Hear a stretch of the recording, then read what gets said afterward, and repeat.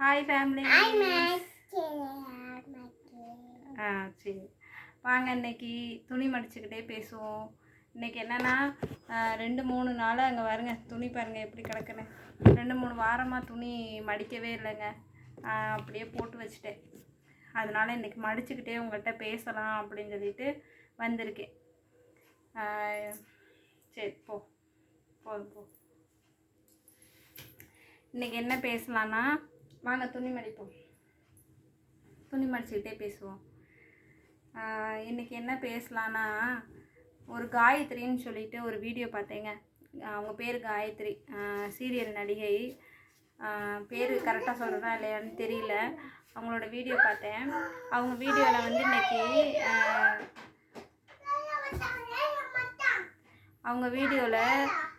இன்றைக்கி வந்து பெண்கள் வந்து முன்னாடி நிறையா ஃபீல்டுக்கு வரணும், நிறையா ஒர்க் பண்ணணும், குடும்பத்தை விட்டு வெளியில் வந்து நிறைய இது பண்ணணும், பெண்கள் வந்து இத்தனை சதவீதம் தான் வெளியேறி சாதிக்கிறாங்க அப்படின்னு சொல்லி போட்டிருந்தாங்க. அந்த வீடியோ பார்த்தேன். அந்த வீடியோ பார்த்த உடனே உங்களுக்கு சில விஷயங்களை என்னுடைய கருத்துக்களை நான் சொல்லலாம் அப்படின்னு சொல்லிட்டு வந்திருக்கேன். இது தப்பாக கரெக்டானு எனக்கு தெரியலைங்க, என்னுடைய கருத்து தான். இதில் தப்பாக இருந்தால் தயவு செஞ்சு என்னைய மன்னிச்சுக்கோங்க. இதில் என்னுடைய கருத்து என்ன நான் சொல்ல வரேன்னா, பெண்கள் வந்து வெளியில் வந்து சாதிக்கிறதுக்கெலாம் ரெடியாக தாங்க இருக்காங்க. இப்போ என்னை விட்டால் கூட நான் வெளியில் வந்து எந்த வேலைனாலும் பார்க்குறதுக்கு ரெடியாக தான் இருக்கேன். அந்த மாதிரி பெண்கள் வந்து வெளியில் போய் ஒர்க்குக்கு போகிறதுக்கோ இல்லை பிஸ்னஸ் தொடங்குறதுக்கோ எல்லாத்துக்குமே ரெடியாக தான் இருக்காங்க.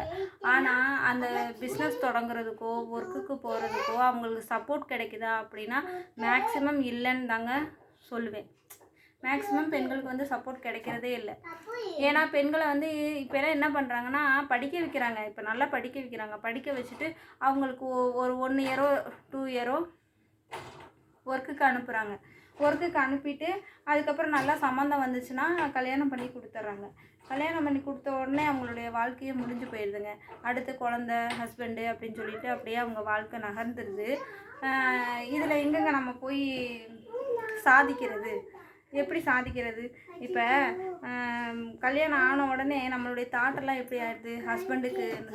ஹஸ்பண்டை நல்லா பார்க்கணும், ஹஸ்பண்டுக்கு எதையாவது செஞ்சு கொடுக்கணும், அடுத்து குழந்தைங்கள நான் பார்க்கணும், கவனிக்கணும், அதுகளை வளர்க்கணும் அப்படிங்கிறதுலே நம்மளுடைய இது போயிடுது. அதே மாதிரி ஆண்கள் வந்து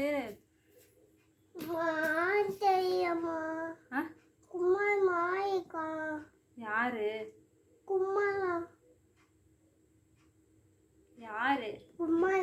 குமரன் எல்லாம் இல்லை, மழை வந்துட்டு இருக்கு. யார் இங்கே வரா? சரி போ, அம்மா பேசிட்டு வரேன் போ. என்ன சொல்லிட்டு இருந்தேன்?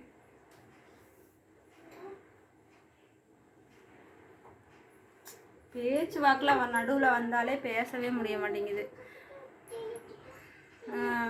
அதாங்க, பெண்கள் வந்து சாதிக்கிறதுக்கு ரெடியாக தாங்க இருக்கிறாங்க. ஆண்கள் வந்து அதுக்கு சப்போர்ட் பண்ணுறதுலன்னு தான் நான் நினைக்கிறேன். ஏன்னா இப்போ நம்ம குழந்தையே பெற்றுட்டோன்னா அந்த குழந்தைங்கள பார்த்துக்கிற ஃபுல் அண்ட் ஃபுல் பொறுப்பு வந்து நமக்கு பெண்களுக்குன்னு சொல்லியே தனியாக ஒதுக்கிட்டாங்க. ஒரு உதாரணத்துக்கு சொல்லணுன்னா, ஒரு பாப்பா ஒரு மோஷன் போயிடுச்சு அப்படின்னா அந்த மோஷனை வாஷ் பண்ணுறதுக்கு கூட நம்ம சாப்பிட்டுட்ருப்போம், இல்லை நம்ம ஏதாவது ஒரு இது பண்ணிகிட்ருப்போம். அப்போ கூட அந்த ஹஸ்பண்ட் வந்து பக்கத்தில் தான் இருப்பாங்க. நம்மளை கூப்பிடுவாங்க, இங்கே பாரு பாப்பா இதாகிடுச்சு, மோஷன் போயிட்டா, போய் கழுவி விடு அப்படின்னு. ஏன் அது அவங்களுக்கும் குழந்தை தானே, ஏன் அதை அவங்க செய்ய மாட்டுறாங்க? அந்த மாதிரி இது ஒரு உதாரணம் மட்டும்தான். இந்த மாதிரி நிறைய விஷயங்கள் இருக்குது. எல்லாமே ஒரு ஃபேமிலி அப்படின்னாலே எல்லாத்தையும் இந்த பெண்கள் தான் பார்க்கணும் அப்படிங்கிற மாதிரி எல்லாத்தையுமே ஒதுக்கி வச்சிட்டாங்க. இந்த மாதிரி ஒரு சின்ன சின்ன ஹெல்ப் கூட பண்ண மாட்டாங்க. இதில் எங்கே நம்ம வெளியில் ஏறுறது? இப்போ நம்ம வந்து வெளியில் ஒர்க்குக்கே போகிறோம்னு வச்சுக்கோங்களேன்.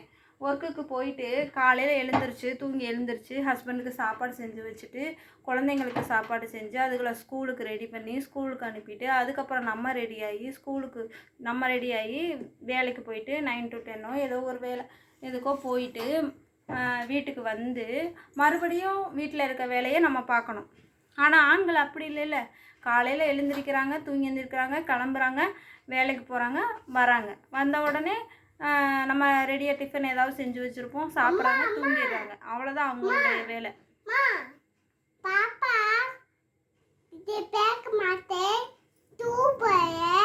சரி இரு. அதுதான் அவங்களுடைய வேலையாக இருக்குது.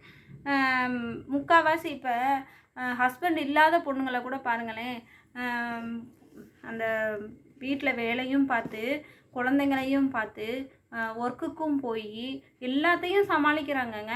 ஆண்களை விட பெண்கள் இப்போ வந்து நிறைய இதாயிட்டாங்க, நிறைய வந்து சமாளிக்கிறாங்க. ஆனால் ஆண்கள் வந்து இந்த 9 to 10 இல்லை 8 to 9 ஏதோ ஒரு ஜாப் பார்த்துட்டு கத்தக்கூடாது, சவுண்ட் படாது, ஏதோ ஒரு ஜாப் பார்த்துட்டு வந்து ஏதோ பெரிய மலையவே உடச்சிட்டு வந்த மாதிரி அவங்க சீன் போடுவாங்க பாருங்கள். நான் வேலைக்கு போயிட்டு வரேன், நான் வேலைக்கு போயிட்டு வரேன், எது கேட்டாலும் நான் வேலைக்கு போயிட்டு வரேன், எனக்கு டயர்டாக இருக்குது, நான் வேலைக்கு போயிட்டு வரேன், எனக்கு டென்ஷனாக இருக்குது அப்படின்னே சொல்லுவாங்க. அது என்ன ஒரு பெரிய நீ எல்லாம் என்ன வந்து இது ஒன்றும் பெரிய விஷயமா அப்படிங்கிற மாதிரி தான் நமக்கு தெரியும். ஏன்னா அதை விட பல மடங்கு வேலை நம்ம பார்க்குறோங்க. நம்ம குழந்தைகளையும் பார்த்து வீட்லேயும் வேலை செஞ்சு, சில பெண்கள் வெளியிலையும் போய் வேலை செஞ்சுட்டு வராங்க. வெளியில் போய் வேலை செய்கிற பெண்கள்லாம் வந்து வேலைக்கு போயிட்டு வரும்போதே வீட்டில் அடுத்து என்ன வேலை இருக்குது, இன்றைக்கி நைட்டு என்ன சமைக்கிறது, அடுத்து என்ன பண்ணுறது அப்படின்னு யோசிச்சுக்கிட்டே தான் வருவாங்க. வந்து அடுத்து வீட்டுக்கு வந்த உடனே அடுத்து என்ன வேலையோ, அது இப்படி பேக்கை எடுத்து வச்ச உடனே அடுத்து என்ன வேலையோ அதை பார்க்க ஆரம்பிச்சிடுறாங்க. ஏன், அவங்களும் மனுஷங்க தானே, பெண்களும் மனுஷங்க தானே, அவங்களுக்கு டயர்டாக இருக்காதா? இத்தனைக்கு பார்த்தா ஆண்களை விட பெண்களுக்கு தான் வந்து உடம்பு வந்து ரொம்ப வீக்காகவே ஆகுது. ஏன்னா 2 குழந்தைங்களை பெற்றுறாங்க, அதுக்கப்புறம் அவங்களுக்கு ஹார்மோன் இதாகுது, நிறைய சிசேரியன் பண்ணுறாங்க, அதுலெல்லாம் உடம்பு வந்து பயங்கரமாக மாற்றம் வந்துடுது. அவங்களுக்கு அதில் டயர்டாகிடுது. எவ்வளவோ பிரச்சனைகள் இருக்குது. ஆண்களை விட பெண்களுக்கு தான் நிறைய ப்ராப்ளம்ஸ் இருக்குது. அதெல்லாம் ஃபேஸ் பண்ணியும் அவங்க வந்து இவ்வளோ ஒர்க்கு பார்த்து இவ்வளோ இது பண்ணுறாங்க. ஆனால் அதையே ஆண்கள் புரிஞ்சுக்க மாட்டேங்கிறாங்க. இப்போ பெண்கள் வந்து வீட்டிலையே இருக்கோம், நம்ம ஏதாவது ஒரு தொழில் செய்வோம், இல்லை ஏதாவது ஒரு ஒரு ஹோம் ஒர்க்காக என்னமோ ஒரு இது சொல்கிறாங்களே, அந்த மாதிரி ஏதோ ஒரு இது பண்ணுவோம் அப்படின்னு ஒரு முயற்சி பண்ணாலும் அதுக்கு வந்து ஆண்கள் சப்போர்ட்டே பண்ண மாட்டேங்கிறாங்க. ஏதாவது ஒரு டவுட்டு போய் கேட்டோம், இது என்னங்க, இது எப்படிங்க அப்படின்னு ஏதாவது ஒன்று போய் கேட்டோம்னா கூட, நான் காலையிலேருந்து வேலைக்கு போயிட்டு வரேன், இதில் வேலைக்கு போயிட்டு வந்து டயர்டாக இருக்குது, இதில் உனக்கு வேறு நான் பதில் சொல்லிக்கிட்டு இருக்கணுமா அப்படின்னு கேட்குறாங்க. அப்போல்லாம் பார்த்தீங்கன்னா இந்த மாதிரி நிறைய ஆண்கள் வந்து சப்போர்ட் பண்ணுறாங்க, நான் இல்லைன்னு சொல்லலைங்க. ஒரு சில பேரை தான் நான் சொல்கிறேன், எல்லாரையும் சொல்லலை. இந்த மாதிரி இருக்கிறப்ப பெண்கள் எப்படிங்க அந்த குடும்பத்தை விட்டு வெளியில் வர முடியும்? நினச்சி பாருங்கள். அந்த ஹஸ்பண்டை பார்க்குறது, குழந்தைங்கள பார்க்குறதுலையே அவங்க காலம் முடிஞ்சு போயிடுது. 2 குழந்தைங்க பெற்றாங்கன்னா அதுலேயே 10 வருஷம் ஓடிடுது. அந்த 10 வருஷத்தில் அவங்க என்ன படித்தாங்கன்னு மறந்து போயிடுது, அவங்க என்ன ஒர்க் பண்ணாங்கன்னு மறந்து போயிடுது, எல்லாமே மறந்துடுது. அந்த 10 வருஷம் முடிஞ்சு அந்த பிள்ளைங்க ஸ்கூலுக்கு போய் ஒரு ஸ்டடி ஆனதுக்கப்புறம் ஒரு ஒர்க்குக்கு போனோன்னா நம்ம தலையில் இருக்குங்கிறதே நமக்கு தெரிய மாட்டேங்குதுங்க. ஃபஸ்ட்லேருந்து நம்ம ஆரம்பிக்கிற மாதிரி தான் இருக்குது. இதில் எப்படிங்க போய் சாதிக்கிறது? கொஞ்சமாவது ஆண்கள் வந்து இவ்வளோ பெண்கள் வந்து இவ்வளோ கஷ்டப்படுறாங்களே, சரி ஓகே நம்மளும் வேலைக்கு போயிட்டு வரோம், அவங்களும் வேலைக்கு போயிட்டு வராங்க, நம்ம கொஞ்சம் வந்த உடனே அவங்களுக்கு ஏதோ ஒரு குழந்தைகளை பார்த்துக்குவோம், இல்லை குழந்தைக்கு கொஞ்சம் சோறு ஊட்டுவோம், இல்லை ஒரு கிச்சனில் வந்து ஏதோ ஒரு ஹெல்ப் பண்ணுவோம் அப்படின்னு ஏதோ ஒரு சின்ன ஹெல்ப் பண்ணாதாங்க நமக்கும் வந்து கொஞ்சம் ஒரு ரிலாக்ஸாகவும் இருக்கும், டென்ஷன் இல்லாமையும் இருக்கும். இந்த மாதிரி ஒரு சின்ன விஷயங்கள் கூட அவங்க செய்ய மாட்டேங்கிறாங்க. இதை தாங்க சொல்ல வந்தேன். கொஞ்சமாவது பெண்களுக்கு சப்போர்ட் இருந்தால் தாங்க அந்த குடும்பங்கிற இதில் இருந்து நம்ம கத்திக்கிட்டே இருக்காதா பாப்பா, நீ கத்துறது தான் அதில் கேட்கும்.